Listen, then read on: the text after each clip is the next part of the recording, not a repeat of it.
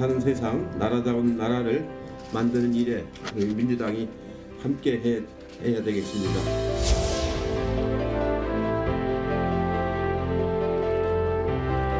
지금 일정으로서는 가기가 쉽지 않을 것으로 이렇게 보여집니다.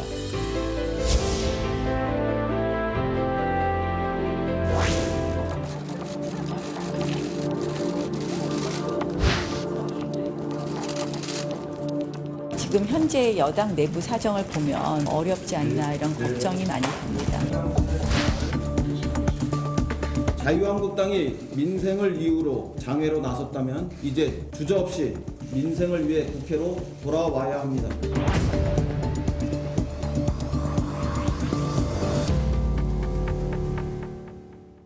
네, 노무현 전 대통령 서거 10주기를 맞아 전국에서 추모 행사가 열리는 가운데 경남 김해 봉하마을에서는 잠시 후 오후 2시부터 추도식이 엄수됩니다.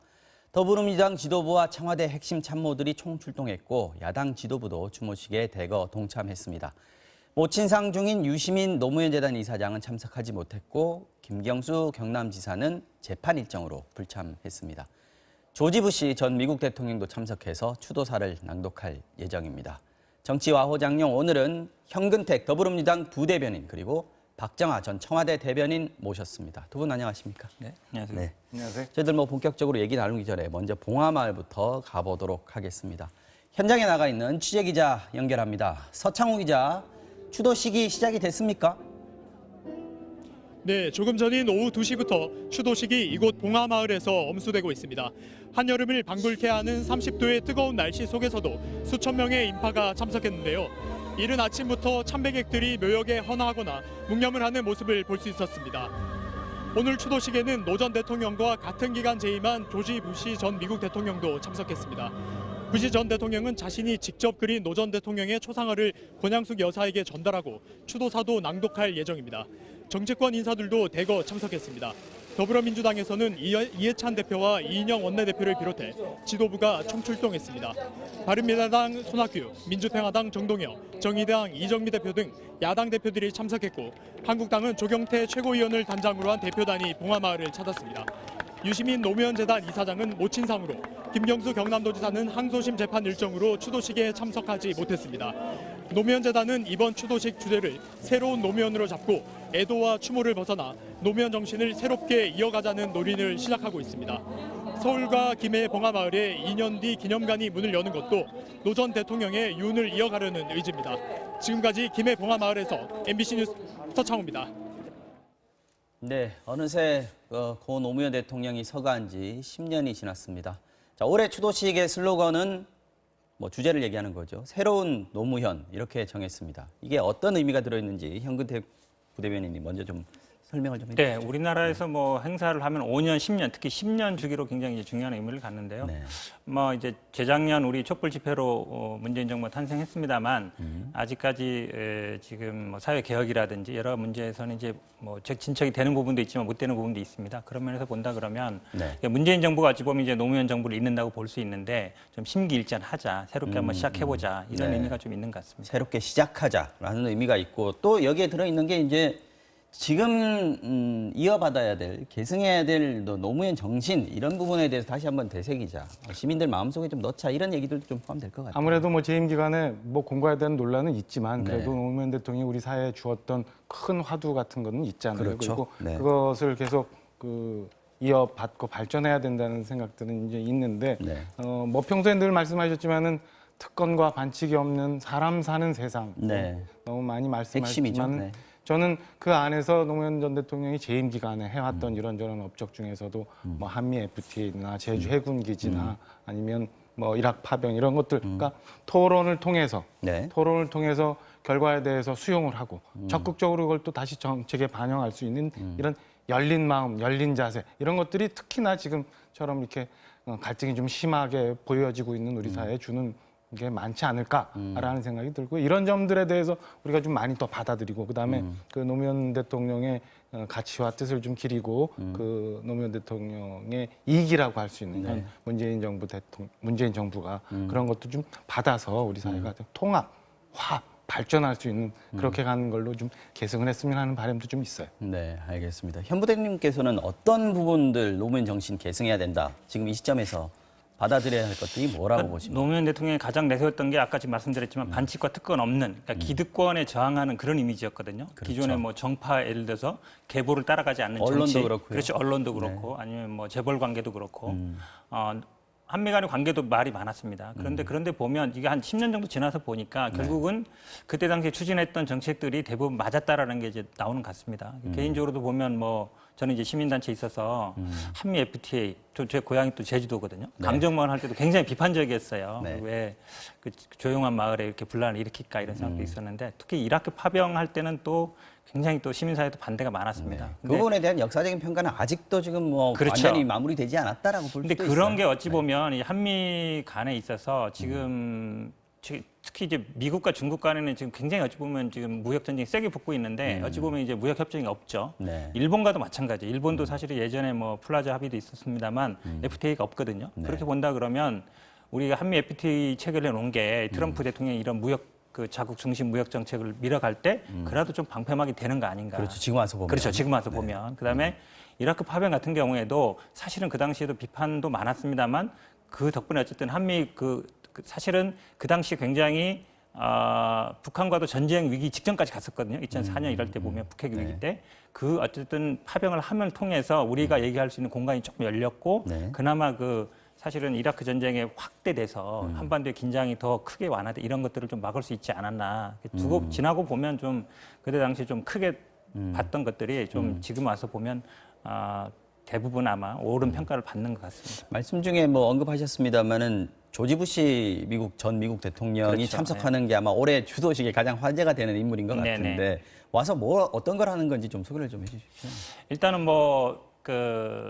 대통령을 지난 다음에 이제 화가로 전직하지 않았습니까? 네. 그래서 직접 이제 본인이 퇴임한 뒤에 계속 그림 그렸다 그러죠? 그렇죠. 퇴임한 뒤에 만난 분들 그림을 그리고 있는데 이게 사실은 어찌 보면 재미있는 게 그 당시 이제 임기는 똑같이 겹칩니다. 46년생이고 한 8번 만났다고 하는데 4번 정도는 개별 면담으로 만났고 4번 정도는 아마 국제회의에서 만난 것 같은데 특히 개별 면담을 하면서 우리가 특히 한반도 문제와 관련해서는 굉장히 이제 미묘한 것들이 많았어요. 그 당시에 이제 BDA로 방코 델타 아시아에 돈이 묶여 있었는데 그거를 어떻게 해결할 것인가에 대해서 좀 해결될 방향으로 가자. 그리고 북핵 문제도 가능한 대화로 해결하자. 이게 이제 노무현 대통령의 생각이었고 부시 대통령 그때 이제 막 이라크도 전쟁으로 몰고 가고 그다음에 이제 악의 축 이렇게 규정하면서 한반도가 어찌 보면 굉장히 위기 상황이었는데 그때 사실은 뭐 굉장히 비난도 많이 받았어요. 한미 간에 뭐 흔들리는 거 아니냐, 동맹에 문제가 있는 거 아니냐 이랬는데 그럼에도 불구하고 어쨌든 조금 미국이 더 나가는 거를 조금 더 덜 나가게끔 이렇게 해서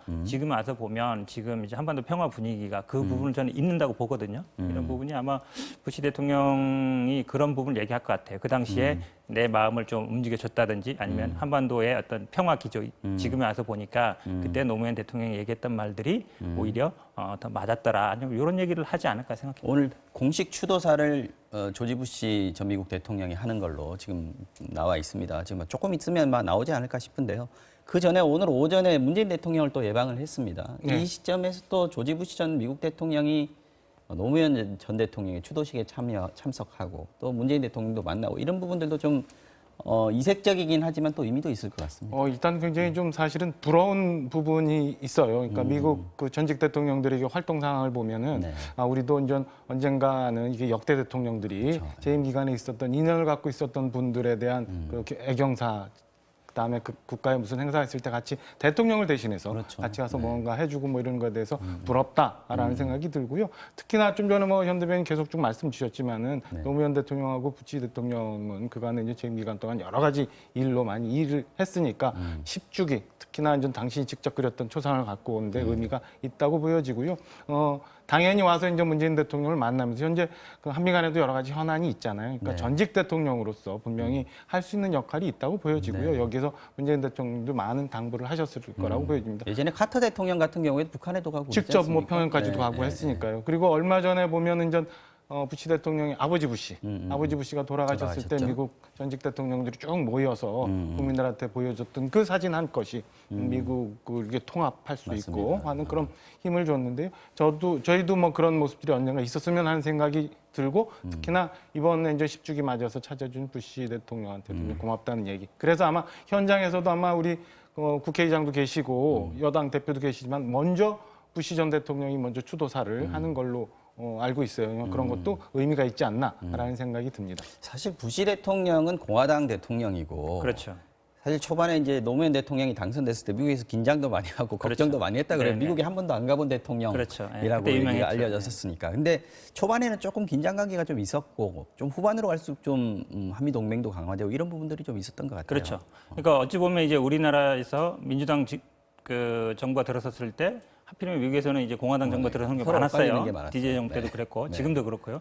근데 그게 어찌 보면 약간 선입견 같은 게요. 지금도 보면 어찌 보면 트럼프 대통령이 과연 한반도 평화에 기여할까 보는데 지금 상황이 좀 그렇잖아요. 근데 이제 그런 면이 있다고 봐요. 그러니까 부시 대통령은 한 개인이 아니라 왜냐하면 아버지 부시부터 지금 네. 이제 아들 부시인데 또 형제들이 보면 공화당 내 어찌 보면 굉장히 주류를 이루고 있습니다. 그러니까 트럼프 대통령과 좀 달리요. 네. 트럼프 대통령과는 좀 사이가 또 안 좋다는 얘기도 있고. 근데 볼턴이라든지 이런 분들이 보면 네. 예전에 이제 지금 오신 이제 조지 부시 대통령들하고 거의 같이 일했던 분들이에요. 그러니까 공화당 내 주도 어떤 참모라든지 이런 분들은 대부분 이제 부시가와 어느 정도 다 연결이 돼 있게 마련인데 그런 부분에서 본다 그러면 지금 말씀하신 것처럼 옛날 카터 대통령이라든지 이런 역할을 좀 해주셨으면 하는 바람도 있습니다. 지금 화면에 나오는 장면들은 지금 이 시각에 봉하마을의 추도식이 진행되고 있는 모습입니다. 지금 여야 대표들 모습이 보이고 있고요.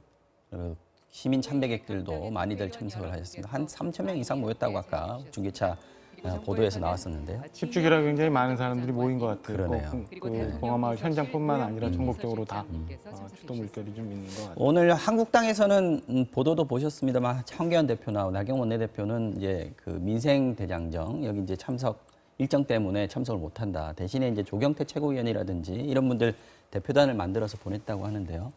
애초에 그 강원도 일정이 좀 잡혀 있었던 것 같아요. 네. 우선 전 강원도 일정이 잡혀 있어서 그 불가피. 그리고 이번 주에 이제 그 광화문 마지막 정리 집회를 통해서 이제 마무리하는 거기 때문에 일정 조정이 쉽지 않았을 거라고 보여지고요. 네, 대신에 그 아침에 이제 별도 메시지를 아마 황교안 대표가 냈더라고요. 그리고 좀 전에 제가 화면에 봤던 것처럼 그 또 현장에서도 네. 그 못 가는 사유에 대해서 말씀하고 애도 표현을 했는데 뭐 조경태 최고위원이 그 과거 노무현 대통령이 현장에서 일을 하실 때 같이 일했던 뭐 원조 친노까지는 아니라도 하여튼 같이 일했던 동료 의원이었었던 거고요. 네, 그래서 충분히 뭐 조경태 단장을 대표로 한 대표단 파견하는 데 의미가 있을 거라고 보여지고요.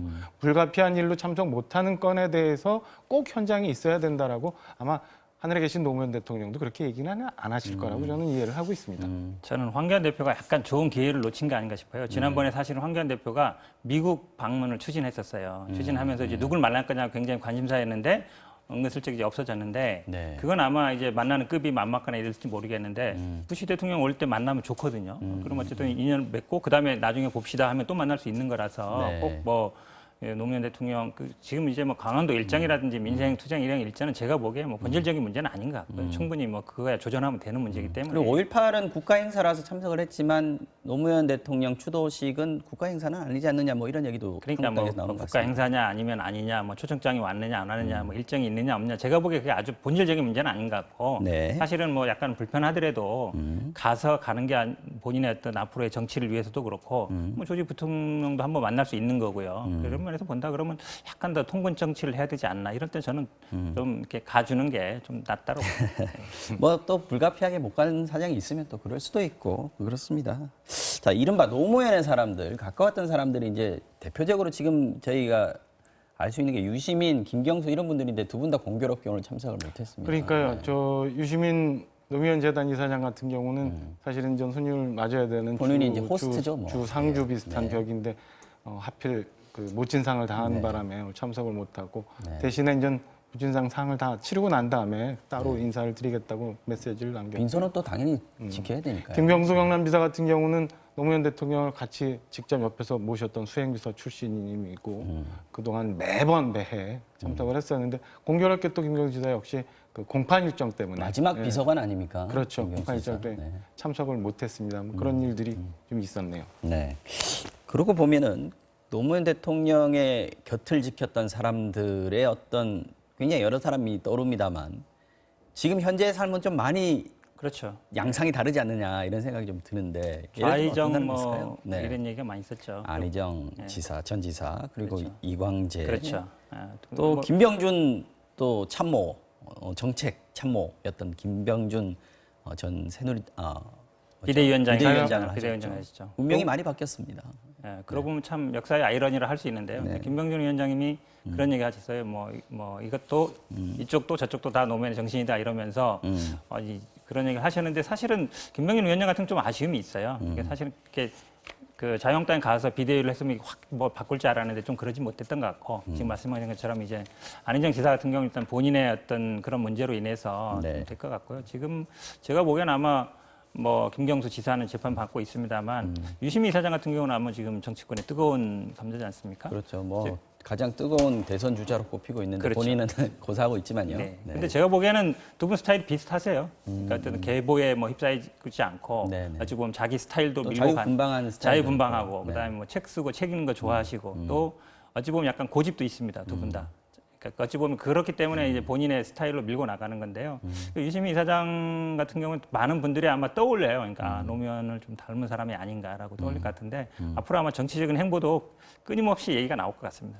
노무현 대통령의 발언이나 또는 연설 내용 중에서 혹시 기억나는 대목이 있으실까요? 노무현 대통령 하면 사실 뭐 분노도 많이 하시고 웃음도 반대소를 하시고 하는 감정 표현에 상당히 적극적인 분이었거든요. 노래도 잘 불렀어요. 네, 기타 노래도 치면서. 기타 예, 치면서 이 노래 사람 사는 세상이라는 게 이제 어머니라는 노래 앞구절인데 이게 국회의원 처음 나왔을 때 쓴 문구예요. 근데 이게 어찌 보면 지금 계속 그걸 밀고 왔고 지금 이제 사람 돌아가시고 사는 나서도 세상. 네. 그러니까 초지일관하다는 거죠. 그리고 저는 이제 그런 뭐 정치적인 메시지보다요. 이게 사람들하고 뭐 막걸리 한잔 하고 또 뭐 이렇게 문재인 대통령이나 이분들하고 이제 뭐 등산 같은 데 가면서 이렇게 기대 앉아가지고 막걸리 마시고 노래하고 이런 어찌 보면 서민적인 모습, 네. 권위적인 모습이 아니라 그런 모습들이 아마 국민들한테 가장 인상이 남았던 것 같습니다. 퇴임 후에도 직접 농사도 짓고요. 어떠셨어요? 네, 어떤 게 또 떠오르십니까? 저는 그 의정 활동하실 때 50 청문회 당시에 그러니까 노무현 대통령을 이렇게 대중적인 정치인으로 네. 만들어줬던 그때 청문회 당시에 노무현 당시 의원의 정적으로 발언했던 그 활약상들이 좀 이렇게 주마등처럼 쭉 지나갑니다.